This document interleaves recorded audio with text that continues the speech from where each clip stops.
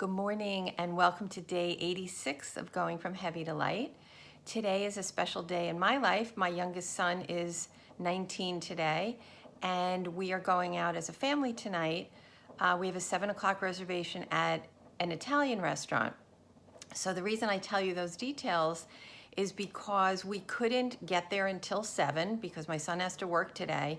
But for me, by the time we have a 7 o'clock reservation and we get any food in us, maybe it's 7:30, quarter of 8, and I don't really love eating that late because by the time we'd finish the meal, it's probably 8:30 or something, and I just don't love walking around with the heaviness of a meal. But I don't have a choice, and so I'm accepting that part of it. But the other thing is, the restaurant we chose is an Italian restaurant, and that means lots of sauce and possible cheese. Even though I eat vegan, there's vegan cheese possibilities. The sauce would have salt in it. It's not going to be a low-cal type of situation. So I looked at the menu and I asked myself, what on this menu will I be happy with? Not only when I eat it, but when it's over. And I found two things. There is a white bean soup and there's an arugula salad. And they're both obviously like,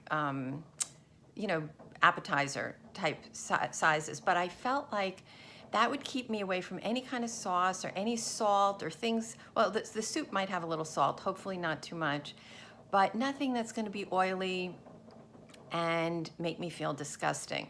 So the reason I'm telling you all this is because I want to be accountable that when I come on the video tomorrow, that I'm telling you that that's really what I ate. It gives me a little extra incentive and motivation to make sure that I don't have a little bite of this and a little of that. Because you know what? This little bite of this and little bite of that doesn't seem like much at the time, but it lets you off the hook. And every little time I let myself off the hook, I don't like it. I don't feel good. It gets me out of my groove. Is that still a word people use? Anyway, the other thing is that, when I talk about like wanting to be happy when it's over related to food, what I mean is, sure, when you eat something that you're quote unquote not supposed to because it's going to make you heavier or uncomfortable or whatever, but that food, you may enjoy eating it while it's happening, and you might feel happy while you're eating it because you're enjoying the pleasure of the food. But it's an entirely different thing to be happy after you eat something when the damage is already done and then you're physically and emotionally not happy. So my goal is always to be happy. Obviously, I want to enjoy what I'm eating at the time, but my goal is always to be happy when it's over.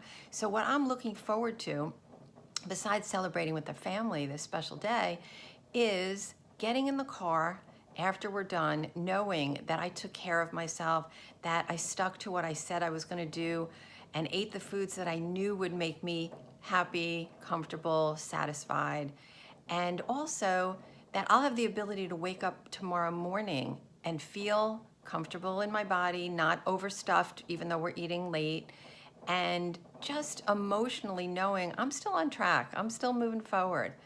So I look forward to that. The other thing I wanted to mention is a few days ago, I had commented on the fact that I had started working on a TED Talk. And I'm just proud to say I finished that TED Talk and I love what I wrote. And the reason I bring that up is because, again, I keep talking about how these videos are making such a difference in my life. But another difference it made is the consistency of writing each day, right? Just like the consistency of doing the videos each day, of drinking the water, of going to the gym, things I would normally let myself off the hook from because, I didn't feel like it. What else can I do that would be more fun or easier? But I don't know. I just sat there each day, even though I was sometimes twitching and like crawling out of my skin that, I want to find a distraction, but I just didn't do it. And I got myself through that talk and I love it. And Friday, I'm going to meet with my TED Talk coach. Did you know there was such a thing?